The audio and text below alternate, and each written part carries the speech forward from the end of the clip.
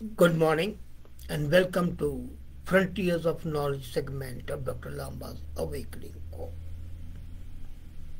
We remember King Solomon's story when he said, "Go and learn from the ant, perseverance." We also remember that King Bruce learned from the spider the lesson of try again. But that's not enough. Despite the stories, we human beings are immune to biodiversity and the lessons, valuable lessons, life-giving lessons, life-sustaining lessons that the insects hold for us. But we just ignore them. We are fascinated by serial killers. Imagine somebody shooting innocent children and days television stations and newspapers cover it, make a hero of a serial killer. But equally fascinating are the tools and the techniques used by the investigator to catch these murderers. The killers quite naturally take great pains to avoid detection and capture. They cover their tracks and they learn more about the investigative techniques used to catch them and hunting further and further away from their home grounds. Given that these are not your typical criminals, you can't rely on the standard investigative techniques to catch them. So what do? You have to use forensic behavioral psychology to get into the heads of these monsters and learn how they think and thus stop them before they can claim.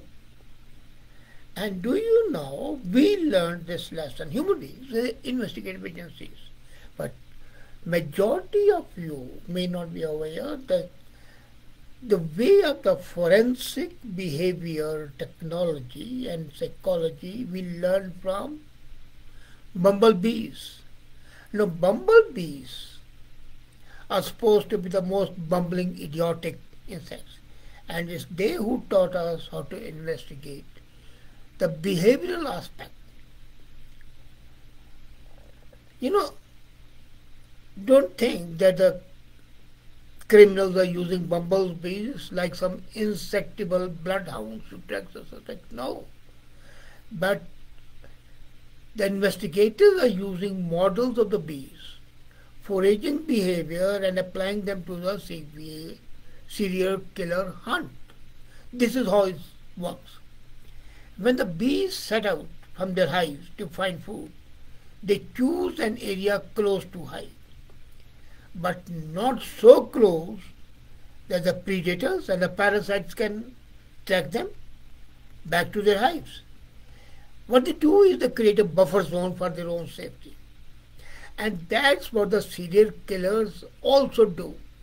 They commit crime close to home, but far enough from the neighbors so that the neighbors don't get suspicious and police cannot look at the trail.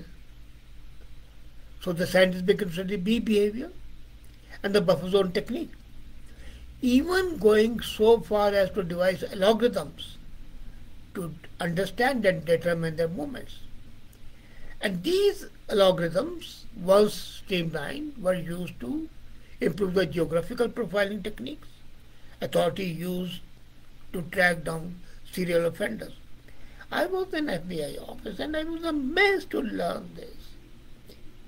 And I'm amazed that with this bee knowledge, how is there still the serial killers in USA are maximum? Why is it that what FBI learned has not been transmitted to the police, but then FBI holds them very close to heart? Similarly, there's a lot to learn from bees. The thing about a breakthrough like this is that once they are discovered, they seem painfully obvious in the retrospect.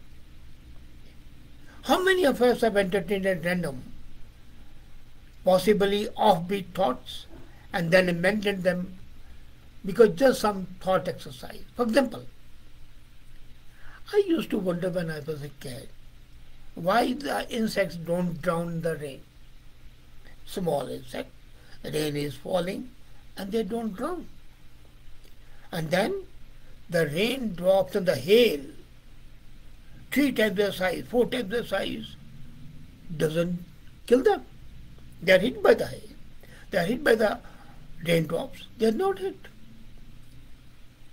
So, looking at the size, they must be feeling that these huge water balls are like giant watery bowling balls pounding on them at high velocity.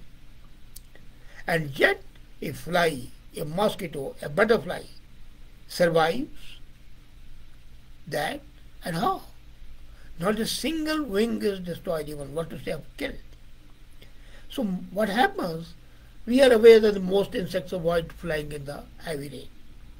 They prefer to take shelter under leaves or overhanging structures just in case they do get caught.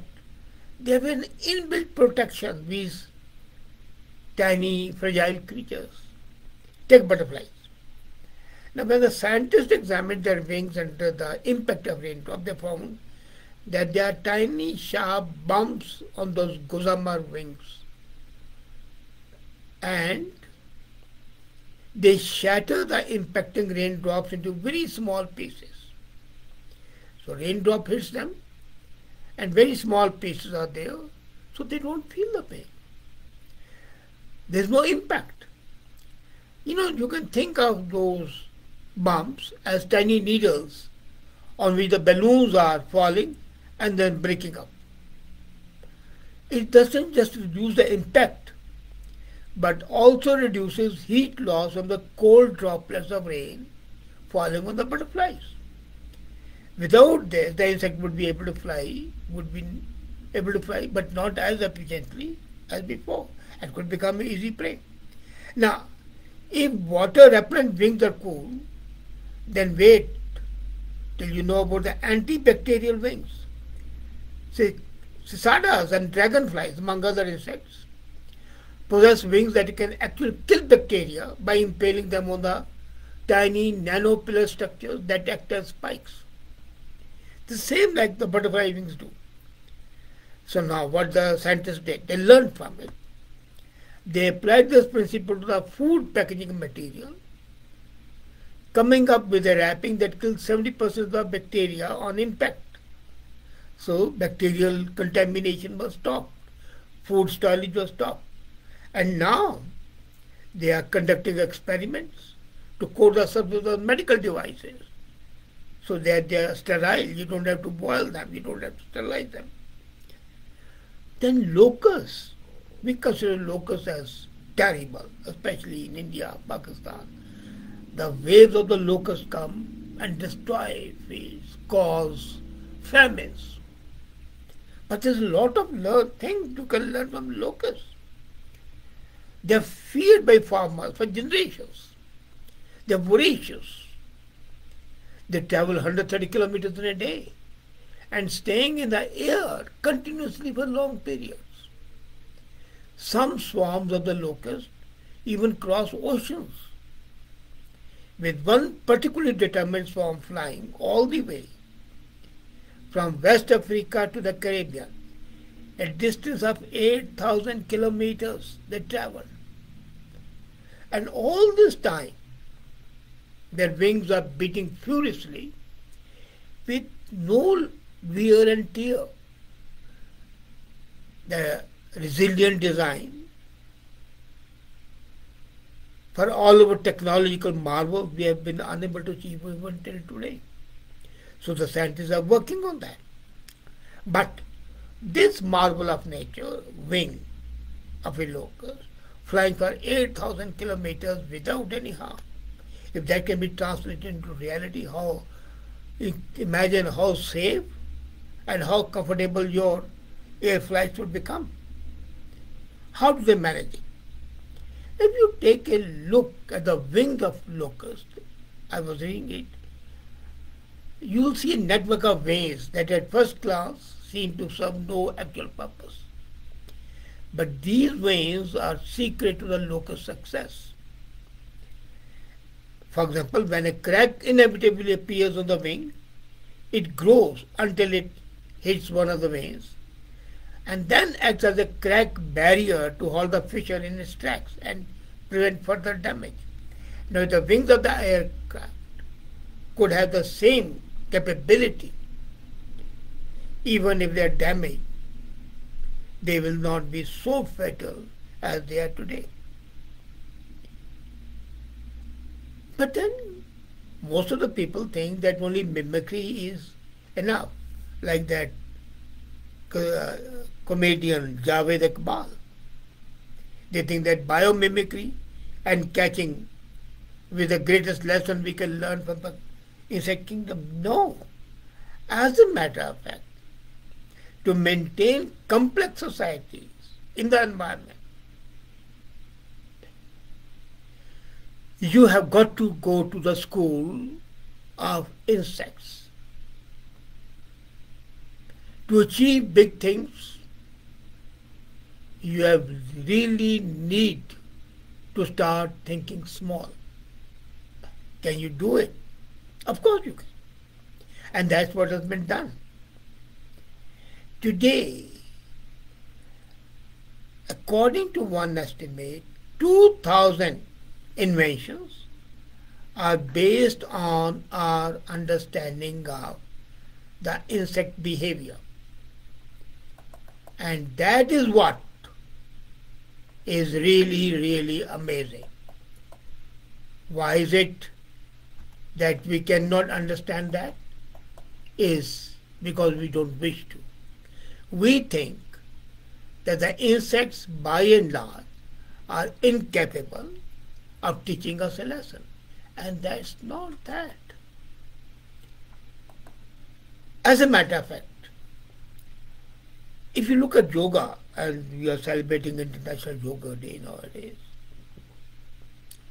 or a yoga month, whatever, you would find that the yogic postures are based on insects, animals, flowers, and vegetation.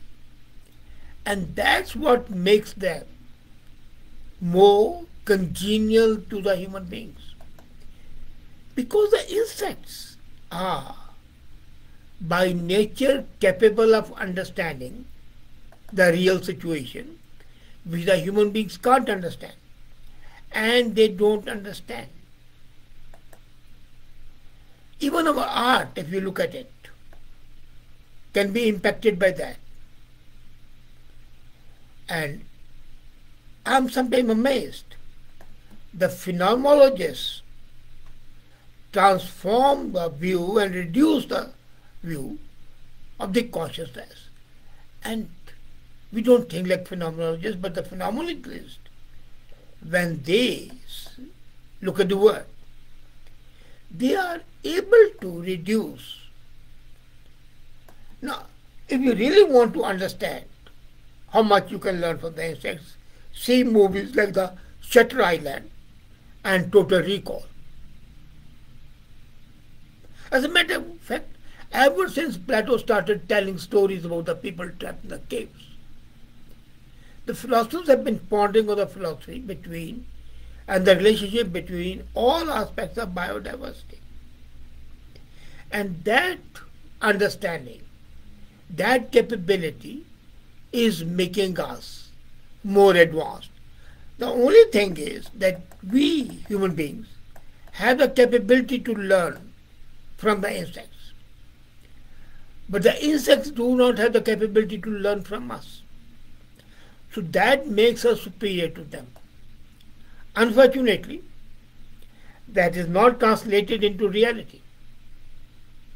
That remains mostly like a fiction. And that's a tragedy. You have to set aside the ordinary philosophical distinction between the consciousness and understand what life is. And if you start thinking at the minuscule level, then you will really know how much these insects are capable of teaching us. I only talked about bumblebee and the bees and locusts and butterflies. Look at your famous chamelon. It changes colors, camouflage. So the army learned the camouflage from the insect. Not exactly an insect, but animal kingdom. And that's why they came up with those clothes, which just hide you. We also learned the art of flying from the birds, basically, right from the beginning. So our whole knowledge can be enhanced if we learn from the animals, and even the smallest insect can be a great teacher and a subject of research to enhance the frontiers of human knowledge. Thank you.